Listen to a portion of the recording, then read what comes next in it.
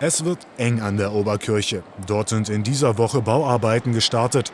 Cottbus Verkehr installiert ein neues System an den Gleisen, eine sogenannte Kurvenschmieranlage. Bei der Durchfahrt von Bahnen, Eisenbahn oder Straßenbahn durch enge Gleisbögen entstehen Geräusche durch verstärkte Reibungskräfte zwischen Rad und Schiene. Das Ganze nennt man dann Kurvenkreischen und Kurvenquietschen. Und um das hier an der Oberkirche, ein wichtiger Punkt in Cottbus, zu reduzieren, haben wir eine sogenannte Kurvenschmieranlage installiert.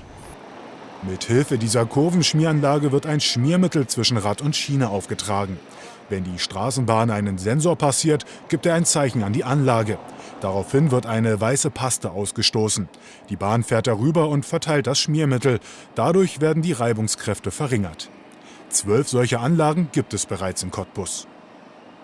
Die Straßenbahn, unsere sämtlichen Straßenbahnfahrzeuge haben bereits auch eine Schmiereinrichtung. Und aber an neuralgischen Punkten, wie hier an engen Gleisbögen an der Oberkirche, ist es trotzdem notwendig, solche Anlagen zu installieren, da allein das Schmiermittel, das durch die Straßenbahnfahrzeuge aufgebracht wird, nicht ausreicht. Die Anlage senkt aber nicht nur den Geräuschpegel, sondern schont auch die Gleise. Der Verschleiß wird minimiert. Ca. 80.000 € hat Cottbus Verkehr dafür investiert. Die Bauarbeiten sollen am 14. November beendet sein. Bis dahin wird die Linie 3 durch Busse bedient, die allerdings nicht an den Straßenbahn-, sondern an den Bushaltestellen abfahren.